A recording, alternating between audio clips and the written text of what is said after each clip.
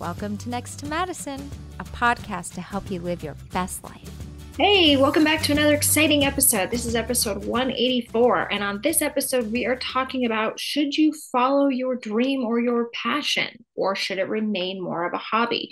We're also going to dive into the world of comedy, into the world of cancel culture, into the world of wokeness, and what is happening and how we can kind of deal with things, and most importantly, keep laughter at the center. So I'm sitting down with one of my comedic friends today to kind of talk about this very subject. And it's going to be a very insightful, in-depth conversation, because you always hear, follow your dream, follow your passion, but you need to be realistic about it as well. So we're going to kind of just have a one-on-one conversation about that, and how you can decide, should you quit that job and follow your passion, follow your heart, and what is it going to come, what are the risks, the pros and the cons that are going to come with it, or should it remain more of a hobby? So we'll be right back after this brief announcement. See you soon. Hey, it's Madison Malloy. I'm excited to announce that my new book, Time to Lighten the Fuck Up, is now available online and in stores. You can pick up your copy today by going to Amazon or barnesandnoble.com. This new book is a humorous self-help guide to help you remove the obstacles that are holding you back so you can take things less seriously and live a more enjoyable life. I'm so excited for you to read it. Now back to the show. All right, welcome back. On this episode of Next to Madison, we've got the hilarious Chad Zumock. How are you? What's up, Madison? You have on doctors and shrinks, and now you have a idiot. Well, you have people it's almost like, but you're also trying to I could tell it's motivating, and you're bettering yourself. You have these influencers. I'm a garbage comic that moved to Tampa, Florida. This is not good for your brand. But here's the thing. You're funny. You're a friend of mine. We've performed together. We've had a lot of that, those great experiences. We're the reason I really wanted to bring you on here, Chad, A, to catch up with you, but B, is we both followed our passion and our dream, which was to make people laugh, to take them out of their shitty lives just for a moment, so they could appreciate and just laugh and feel better. And we decided to do that. So kudos to both of us. However, this business is bananas. And I felt at times I had almost sacrificed my soul and given up on so many other things to do this, not realizing it would be so hard. So sometimes I say, should I have followed my passion? Or should I have made a more strategic decision? I now can answer that question with yes. It led me into other things that I was meant to do. But how do you feel? Do you feel that you have regret or things you would have done differently instead of just following your dream? First and foremost, before I answer that, I want to just give a compliment. I think you're beautiful as a person. Thank physically you. And shallow, just physically. Oh, well, I appreciate that. Thank you. Okay. And secondly, you had that nice intro, how we want to make people laugh and all that. I selfishly needed it. It wasn't to help anyone. I was just I need that energy. So yeah. I didn't do it for anybody except for myself. And that's fair. I admire people that are still, I'm almost at my 20-year mark, that are still passionate about this industry, because like you said, I've been beat up, I've been canceled, kicked out, and, screwed over. And for me, it's just I'm just trying to tell jokes, man. And the obstacles and the hurdles of shady bookers, Me Too people, whatever, it's just a lot of, it's too much. Well, and that's the thing too, is I think when people first realize their passion or their dream or what they need to fuel their soul, it's exciting, it's exhilarating. You're like, I'm following my passion, but they don't realize that comes with many obstacles. Sacrifice. And let me ask you, when you started, and we know each other, but I haven't spoken to you in a little bit, what was the thing that got you going in stand-up? What was that motivating thing, or that one person that influenced, I got to get on that stage? What was it? 2 failed careers. Because you did something else. Mm-hmm. I had left Wall Street, and then I sacrificed a paycheck to work for Sweat Equity to go run an e-commerce business. We didn't make it. Luckily, I was very young. And I was on the phone with my dad one night, and he said, well, I think you're thinking too much of money. if you could take the money out of it, what would you really want to do? And I said, make people laugh. I love being like funny and making people laugh. He's like, you should be a stand-up comic. And I remember telling him, like, that's the dumbest thing I've ever heard you say. And then every time we would talk, he'd say, did you go to an open mic? Did you go to an open mic? And he was right, by the way. Decision. I know. Made that decision. And it's like a drug. It was almost like heroin. It's like once you got that stage high, you couldn't just But was there a comedian or an influence that you looked at? Because we all loved Joan Rivers because she was unapologetic and she was just funny. She was living what I call dream life. Yeah, up until the end, she was still going for it. I know. Yeah, that was awesome. But yeah, and so it is this thing, but it is an industry, any industry, with especially in Hollywood, when it's a small pool and a very low barrier to entry. Anyone can get a headshot and go to an open mic, call themselves a comic. We know that. There's plenty of them, right? Yeah. So you've got this huge pool and just a very tiny reward at the end, and everyone's going for that same reward. So it really creates a very negative, cutthroat environment. Luckily, I was able to stay away from that stuff. I didn't do the hangout all the time. I stayed away from the drama. I didn't fuck dudes in the industry. I tried to keep my head like clean and away from it. I did all that. I had a positive experience. including fuck dudes in the industry. I did it all. Yeah. And did it work for you? No, you're in Tampa. No, not at all. I'm in Tampa. I'm canceled. No, but what motivated me to do stand-up, because I was always creative and I loved comedy and Saturday Night Live and Kids in the Hall.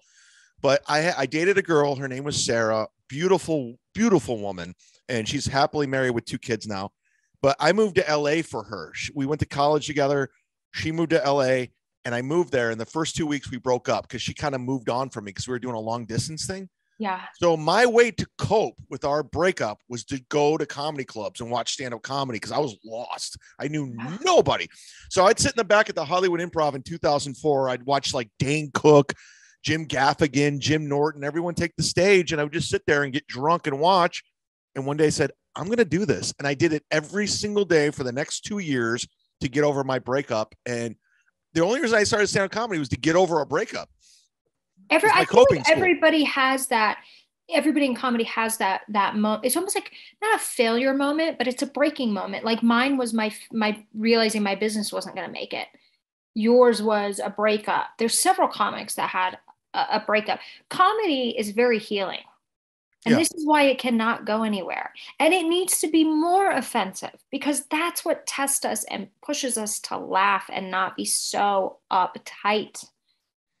Well, that's the beauty of living in Florida. And I'm open for Jim Brewer tomorrow and he sells out everywhere. Oh, I love Jim. He's amazing. And I was with Dave Landau over the weekend and you could say whatever you want down here and nobody cares. And it's so refreshing because you're like, okay, they just want to laugh. They want to get away from all this nonsense, all the drama, the politics. They just want to get away from everything. And it's a great feeling, man. It really is. No, and that's what it just needs to be. And I don't know who's driving this whole, like, you can't say that, you can't do this. Oh, I know, the media. But I'm driving it. We would just feel so much better if we said, you know what? That was kind of a shitty thing that somebody said. I didn't find that particularly funny, but I'm going to move on with my life because I got better shit to do. Yeah. How about that? Versus like this attack on these people. I think the internet gave people too much confidence. 100%. Everyone has a voice. And it's not deserved all the time. And a lot of them are anonymous. One of my best friends in this industry to name drop is Godfrey, the comedian. He's a New York legend, Cellar regular. Yeah. And we have such a respect for one another. We can have these honest, hardcore discussions about race, politics, but we know in the end, I was like, I love you, man. And he loves me. And we argue, but at the end, there's turbulence. We're going to figure it out. And that's the problem with this world is we are afraid of the turbulence to get on the other side. So everyone will conform to a side and, cheerlead in their echo chamber, but just get through that weird, rocky part of your life. And then you're going to find something beautiful on the other end of it. Exactly. And that was so well said. And I want to interrupt this podcast. If you are listening to this right now and you are not speaking to somebody because they have different views, whether they're politically or whatever than you, you're fighting because somebody doesn't agree with your opinion, then I encourage you first to go read my book, Time to Lighten the Fuck Up, because there's a whole chapter about how to deal with that. Is that the name of the book? It is, but That's you pretty funny. need to reevaluate what's happening, because sometimes when we get upset and we feel we're offended by something, we're actually sacrificing a beautiful thing, which is friendship. And Chad said it beautifully. Him and his friend don't agree on much politically, but who gives a flying fuck? They're friends. And He's that's got my what we back. get back to.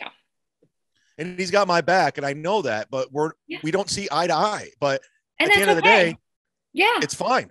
Exactly. I'm going to call that guy when I'm in trouble, and he will pick up the phone on the second ring every time. Exactly. So you guys, like, stop, mend those friendship, mend those family things. Don't let the media decide who your friends are. Not a good look. But anyways, you actually were canceled by a comic who has gone kind of woke. Let's put this on the old Madison Malloy YouTube clip channel. Here we go. Let's make it go viral. I was living in Los Angeles, the beast. I was in the belly of the beast, chasing a dream. I was out there. It was my first 2 months. I was on All Things Comedy, Punch Drunk Sports with my buddy Sam Tripoli, Art Shafir, and we were doing a podcast. And Sam Tripoli was going against Patton Oswalt. I'll name names because I'm already canceled. He already canceled me. Go for it. And he was going after him and saying stuff because Patton Oswalt at the time, there's a director named Jordan Peele who directed that movie Get Out. Yep. And he's a great director, fantastic talent. Yeah.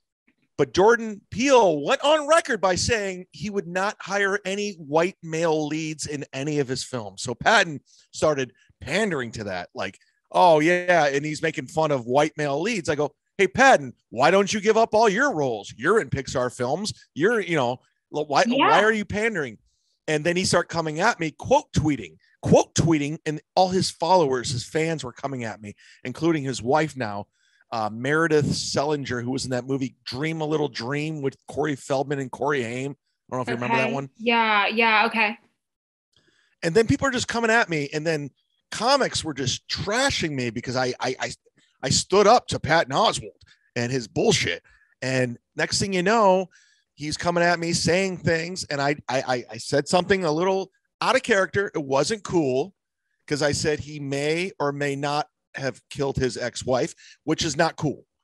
I'm on record by saying that. You recognize that, yeah.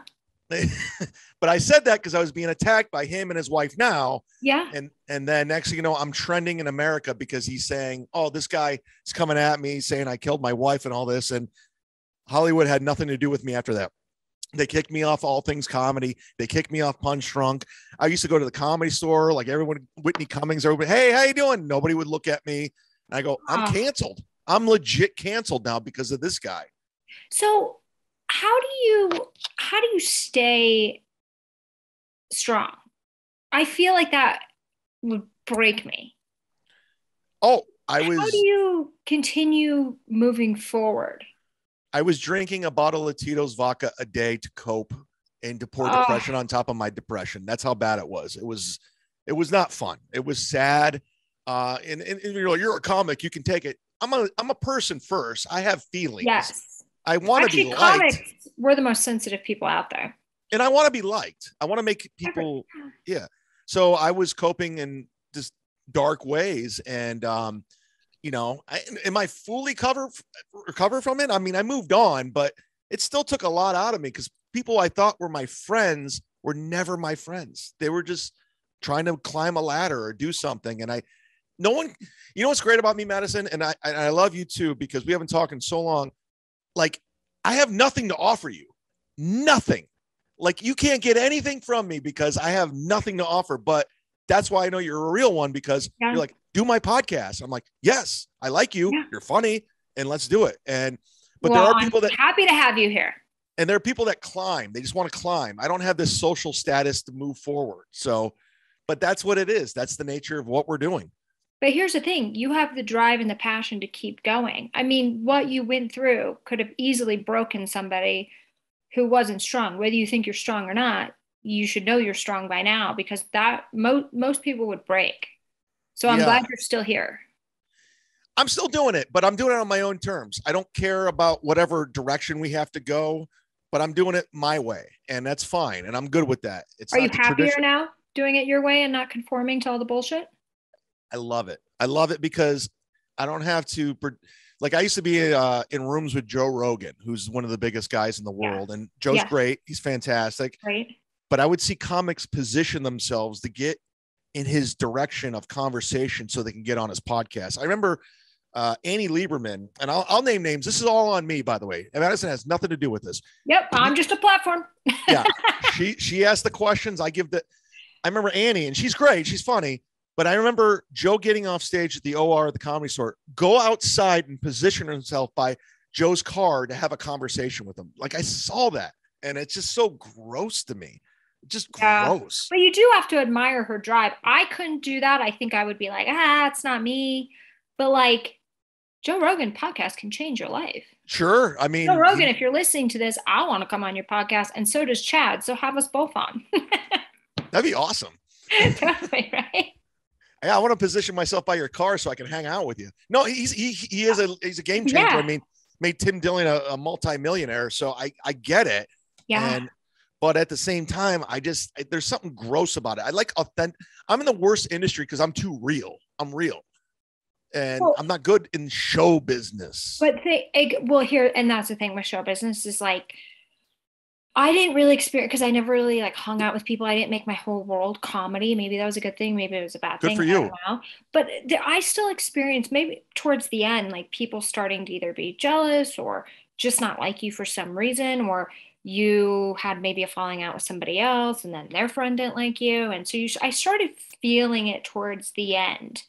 And now I will get on stage when I'm in New York, but I'm doing more inspirational speaking, which I love, because I'm like, I can be funny when I want, I can deliver the information I want, which stand-up comedy prepared me so well for.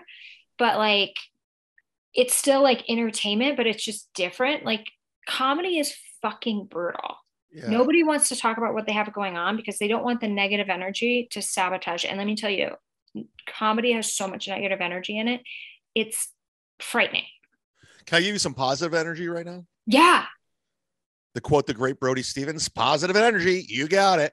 I was at New York Comedy Club, and I knew you before I saw you do stand-up. I don't know how we met. I don't know where, when, but I remember watching you in the back, and I go, oh, she's fucking funny. Oh, well, thank you. You were murdering. I was like, oh, shit. Okay, here we go. Because I just knew you from, I don't know how we met. I have no clue. But you were really, really funny. The set I saw at New York Comedy Club. Oh, well, thank you. I remember it. She knows what she's doing. Yeah. But like, now I can have fun with it because I'm more like on the speaking angle of it. And that it's like, once you take the pressure off, this isn't the same as being canceled, but it kind of is. Like, once you just don't give a fuck and you're having fun because you're like, I got nothing to lose, your whole world explodes in a good way. I mean, you're opening up for the amazing Jim Brewer. Jim Brewer was also almost canceled, but he's uncancelable at this point because he's like, fuck you, and his platform's so big. But it was happening to him. Where we bonded is we were both two guys who moved to Florida. We saw all the nonsense and the wackiness that was going on. He was in the belly of the beach. He had development deals. He was in movies. He was on SNL. He had stuff with that. And he's just like, he saw all the nonsense. And Brewer's a type of guy, and I don't care what your political sides are, do whatever. He's about family. He's about, the Lord or whatever your power is. And that's what he believes in. And he's a funny, I could honestly go on record by saying right now, one of the top 5 funniest comedians of all time in rooms of commitment, act out, storytelling. He's just the best. He commands a room. There's a reason why he sells out everywhere he goes. And it's not even me kissing ass. It's me being a fan. I'm a fan of his. Yeah. And he had the balls and the bravery. I'm doing it my own way. I don't have to go this route. I don't have to go suck up the Jordan Peele. I could just do whatever I want. And here you are. And he, like you said, he almost got canceled because he took a stance on COVID. He took a stance on the vaccines. And, he loves his wife. His wife was going through chemo. And There's a whole story behind it. You can look into it, but Yeah. no, I respect those. Those are the trailblazers. Yeah. No, absolutely. And that's the thing too, is like so many people get into this and it's like, if you could go back, would you have done it? If you never had that breakup, would you have done this? No. Knowing what you know now? No. I would have gotten I would have gotten your job on Wall Street. That's where I would have went. No, I remember there were so many times where I was like, I never thought it would take this long, right? Like I just didn't. Like I was like, there's no possible way it'll take more than 10, 12 years. Wrong. But I literally was looking at my friends who were getting promoted and moving up in their careers and doing things, and now they could afford to live on their own, and they were buying houses and they were settling down because work was boring. And here I was like missing things to go to some set for no money to hash out my shit at 10:30 at night in the middle of a fucking rainstorm. And I'm going, well, I can't have 3 failed careers. I can't quit. I got to keep doing this shit till I fucking make it. And let me tell you something. I was miserable. I used to lay in bed and just dream about sucking the right dick so I could be taken care of my whole life. You and me both. That's why I'm in Florida. I'm looking to find the right box to eat out to be taken care of for the rest of my life. I'm just kidding. No, it's true. But like, I'm glad I did it though. I feel like everything happens for a reason, because it led me to all the great opportunities and things I'm doing now that I love. But it is brutal. And I always ask people that. They're like, oh, so cool you followed your dream. And I go, yeah, it is cool. However, it comes with a lot of fucking heartache, and it comes with a lot of sacrifice. And that's why I encourage people, before you just follow your dream, strategically map out what your idealistic life looks like, and then decide if your dream can financially support that. And if the answer is yes, if I make it to the top, or I might not be able to make it to the top, maybe you should keep it as a hobby and not make it your career. Because I think it's important that we get rid of this bullshit of following your passion.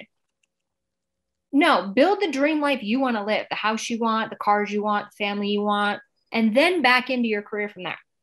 That should tell you how to do it. There was a young. Don't be like Chad and I. We're down. No, be like me. Be like me. And Madison, you got your shit together. I even said that. I do. The DM. I have the book, and I'm going to be doing a big speaking tour, and I've got You're organized, which I admire. I have none of that. You should come be my opener for my speaking tour. I will love to open for your speaking tour. It'd be so fun. I'll be like, here's some comedy. Yeah, here's a little something. Yeah, you can be dirty. So when I come out and I was like, oh, I'm just trying to suck the right dick, people will be like, that's hilarious. I'm not even a dirty comic. I just call out bullshit. And that's all my thing is. But there was a young comic who opened for us this weekend. I was with Dave Landau, who's on Louder with Crowder. Great comic. Good friend of mine. I've known him since I was an open micer. I knew him before he was sober, and he sells out everywhere. And we did these shows this weekend. The young comic comes up to me and he calls me Mr. Zumock, which is hilarious because I'm an idiot.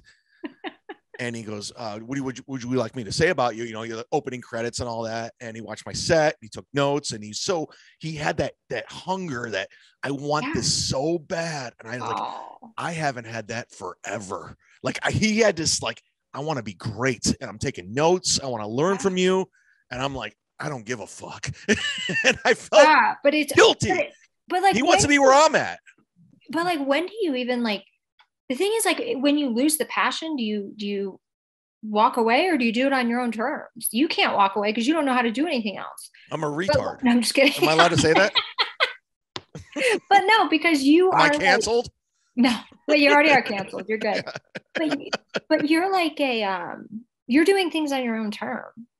So like, which is fun. You pretty much have the freedom to do anything. There's so many people out there in this business and other businesses, especially the people that work in corporate America, right? That want to say or do what you do. Like I just said, retard. And they can't, and they're constipated all the time because of it.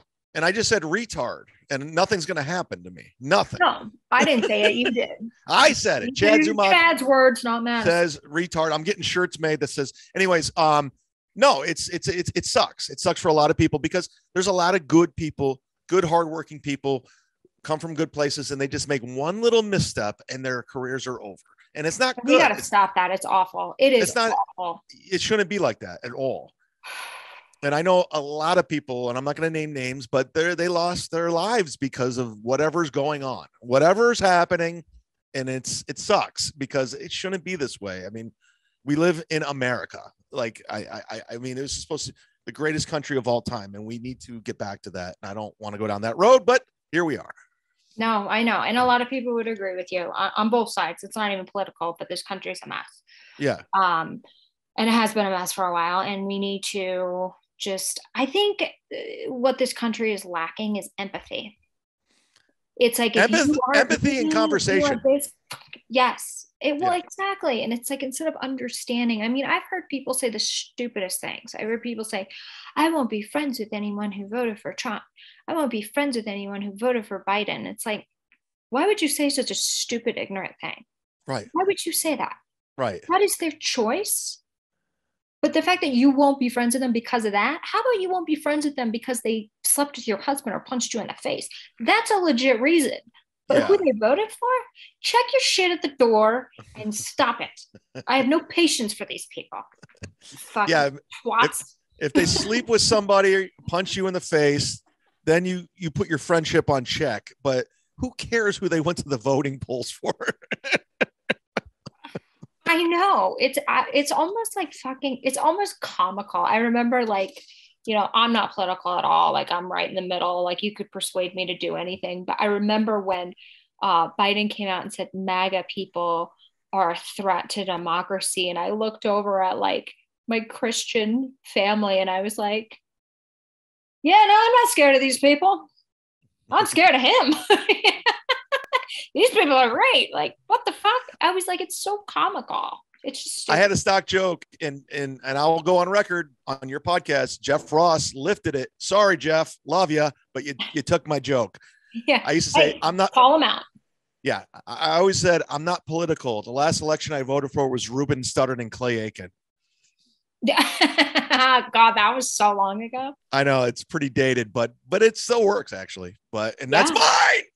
I came up with that, Jeff. Anyway. Yeah, exactly. I heard a great joke from somebody that was not a comedian today that I think you should use. I'm gonna give it to you offline. The guy's not a comedian. He's not a fucking comedian, huh? Oh, you're gonna give me the joke. I'm gonna give you the joke. Why don't you take it? I go, well, because I'm not doing that much stand up, and I'm not broke. Ooh. But you, on the other hand, I'm just kidding. Hey! Just fucking with you, Chad. You know what, Madison? Actually, I am broke in certain ways. Plug something right now. I want you to plug your podcast. I want to show you something. All right. Okay. All right. Plug something. Plug my podcast. Oh yeah. Well, they're listening to the damn podcast. He's in a behind the walls. Okay, he's back. What'd you find? Look at this, Madison. Oh, look at those dollar bills. You're going to, like, the titty bar in Miami or something. 11. All this money, Madison. I love it. You're like, this could be your life. I know, exactly. That's hilarious. No, you're not broke, but it was so funny. What do you say? I think the joke was like, oh, if somebody broke into my house to, like, and asked me for money, I would join them in the search. Be like, where is it? What's going on? I was like, I thought that was pretty funny. Do you want to know something off record? Well, let's put it on the podcast because they'll never find it. Yeah. I have a bunch of money. Miami. Because I'm from Ohio, right? Yeah. And my aunt lives in Ohio, and there's a field near her house. I have money buried, like cash. But why would you do that? Because I'm dumb. It's losing money value there because of inflation. I don't know anything. I don't want the government to have it. I don't want them to know I have it. But I have coordinates how to get there. I have cash. All of a sudden, the FBI is going to be at your apartment. Where's this money? Be like, I don't know. Then and I'll just write it off. Oh, I was just joking around. Well, I'm just joking. I want to go on record and be like, I have all this cash hidden in this, blah, blah, blah. But then I'll literally have a place marked and I'll just have like dog shit buried. I'll be like, there it is. Did you ever watch Breaking Bad? No, I couldn't get into it. Oh, come on. It's one of the greatest shows of all hate time. drugs. It's yeah, well, so do I, but it was fun. He buried money in the desert, and that's where I got the idea. I was like, I'm going to bury some money, not even close to what he had. So well, I know people that have buried like their key phrases for crypto. Ooh, yeah, you're a crypto woman, aren't you? Yeah, I like crypto. I mean, I like to diversify, but I do like it. I'm obviously like, kind of on the sidelines right now, just watching how things will pan out because we're a little bit in a bull market, but there are some things you can pick up and buy. I should talk to you about how to invest in finance stuff because you're smart with that stuff and I'm not. Yeah. Oh yeah. Like I was a finance major or worked in that. I can always help you out or put you in touch with somebody if I can't guide you in the right direction. But yeah, you should always have a plan, Chad. It's good to have a plan. I need to be guided for sure. So that way you can be like, yes, following my passion was absolutely paid off. Do you still have that little dog? Deborah Joy? Yeah. She's going to be 2. In November or no, September 25th. She'll be 2. All right. I'm keeping up. She's the love of my life. Although it was funny because this is a disgusting story, but you're a comic, so you'll appreciate it. Sure. We're traveling back from the lake and I didn't know this could happen for dogs. And all of a sudden, by the way, follow Madison on Instagram. She's always at the lake. She's got photos. She's drinking Coors Light. It's a whole thing. Exactly. So we're coming back from the lake and I'm holding my dog and she's like 9 pounds. And all of a sudden, she's like sitting on my lap and I'm thinking to myself, like, did I like not shower today? Am I on my period? Like it smells like kind of gross. I mean, it smelled like I hadn't showered for like 2. Like it just smelled like something you never wanted to smell like. Like, sure. Is she? And I'm like, that is not fucking me. And if it is, I need to go to the doctor immediately. But I'm thinking, who else could it be? Right. So I'm like, oh my God, I'm mortified. I'm on this plane. And I'm like, it is not me. Like, there's no effing way. And so I'm like, kind of pick up my dog to like shift her over to the other side. And I'm like, holy shit, dogs can get stinky pussies. Ooh. Did you know that?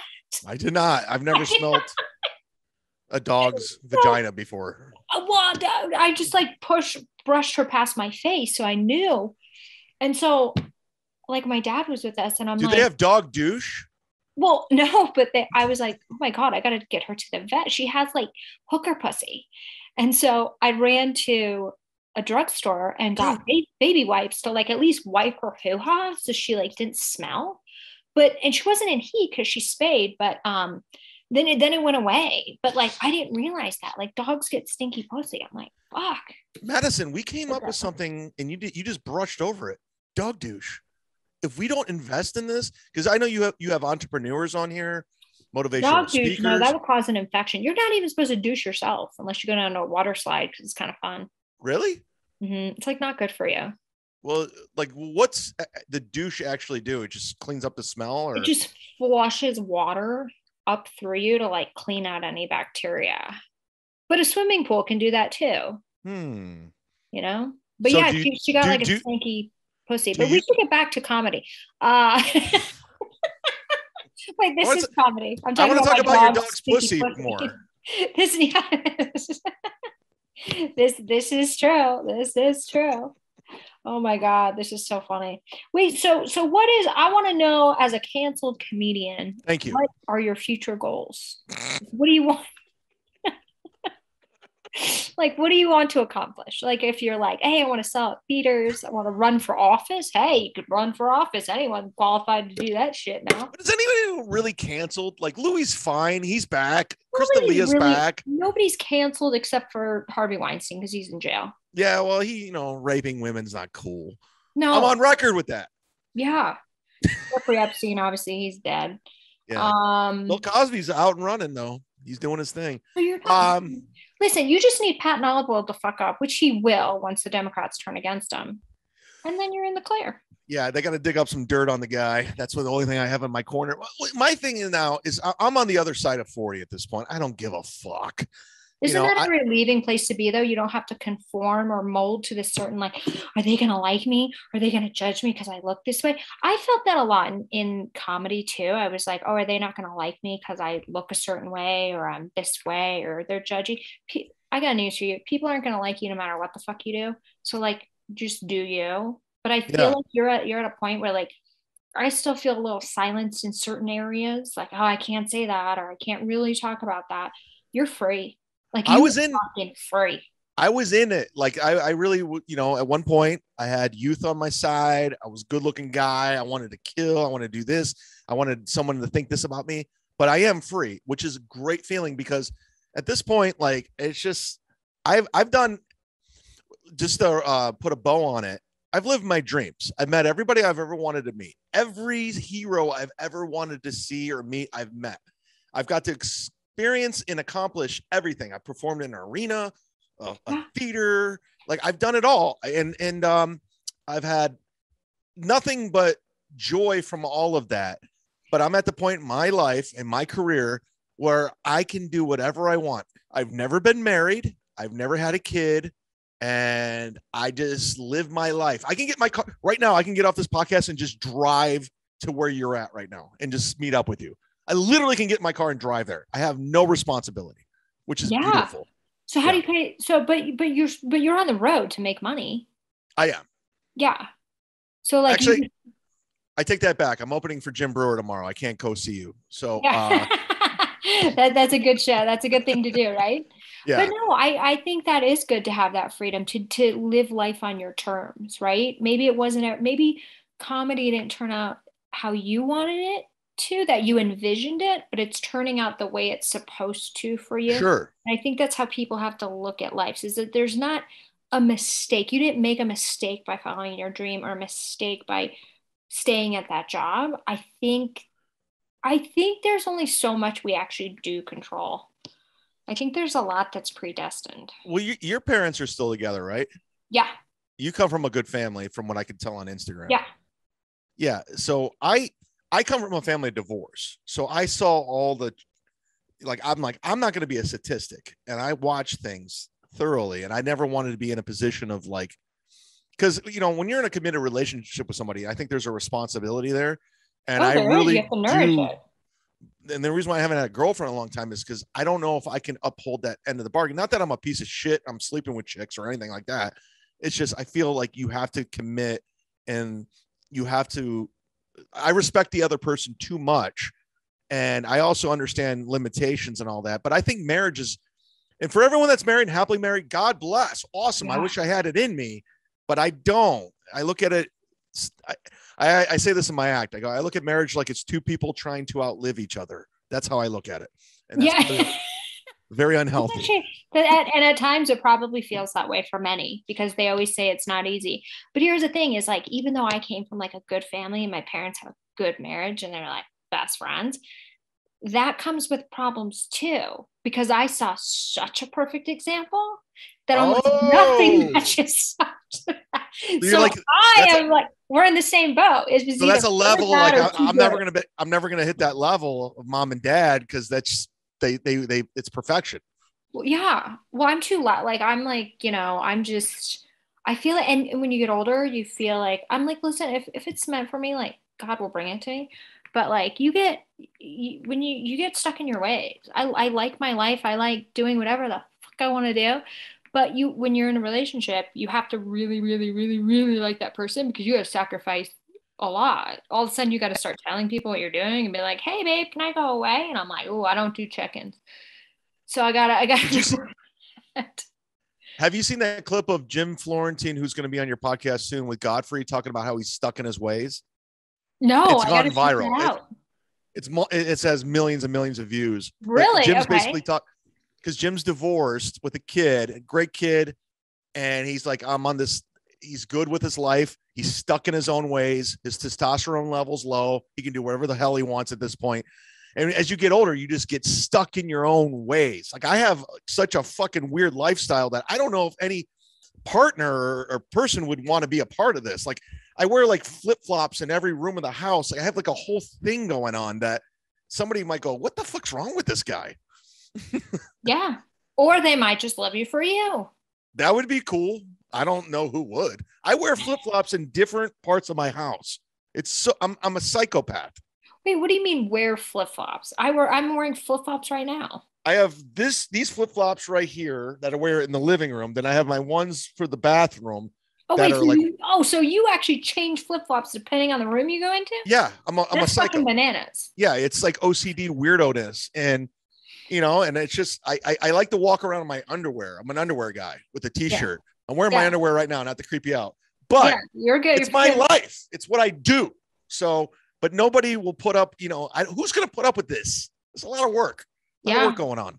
Hey, we all got our shit, right? We just got to figure it out. Honestly, I got to a point where, and this is like, I'm joking, half joking when I say this, but I remember I was so frustrated, like back in the day. I remember I would say like, I didn't want a relationship because I just wanted to focus on my things, but I was struggling. And I remember being like, I don't even care. I'm like, I just want a boyfriend just so they pay half the rent. That's all I want, is somebody to pay half the rent. How many? That's not a good thing to do. Can I ask you an honest question? And you can cut it out or do whatever the hell you want. How many male comics have hit on you? Like, honestly. I am naive for my own protection. So, and it's true in a lot of things. So I don't think anyone hits on me. Oh, I run around like silly. With that headspace, and it keeps me safe. Really? Mm-hmm. Well, good for you. That's smart. That's why nobody's ever made inappropriate moves at me, done anything disrespectful. Would you like to meet? I think they're just waiting for me to come out of the closet at this point. Oh, you're a lesbian? Well, no, because I have a shellfish allergy. But do you want to meet someone right now? You want to be on record? No, because nobody did anything to me. Nobody did anything to me. I was very lucky. I mean, I had one guy who offered to take me to a third date to Florida. This is a funny. This is a great headshot of you, by the way. Oh, well, thank you. Look at that push-up bra doing its magic. All right. I had this guy that I just Googled you. That offered to take me to like go to Florida. I'd be like, oh, we should go to Florida. And then Jim Gaffigan, go ahead. Yeah, no. And it wasn't a comic. And I remember being like, okay, but I want to make sure that the expectations are very clear. I'm not the type of girl that's just going to sleep with somebody because they take me on vacation. This is your choice. I'm not there with you. And I don't know if we're going to be there. And so anyways, he then was like, well, trip canceled, because he realized he wasn't going to fuck me. Okay. And then he basically sent me a text like, oh, I can't get the plane ticket out of your name, so can you send me this money? And I'm like, go fuck yourself. Whoa, what a scumbag. So I actually didn't have to go. I dodged a bullet and I got like 4 free plane tickets because he overpaid for the ticket. That's awesome. That's not bad. And that was not a comedian, but that was like the worst story that happened to me. I was so pissed. What a scumbag. Can I have the money? I know. I'm like, no, you cannot. At first I thought about giving it to him. I was like, well, I have the credit. And then I'm like, oh, no, because I was looking forward to that trip and my bag was packed when it was canceled. Yeah. Oh, fuck him. And he did it so he could take another girl down there that would put out. Yeah. Well, I'm dating down here in Florida. It's not going well, but I'm trying. Hey, and there's something to be said for trying. But I'm at the point where like any just little thing that throws me off, I'm out. I met this girl at a bar because I was on Bumble. You swipe right and left. I'm not sure if you're familiar. Like cattle.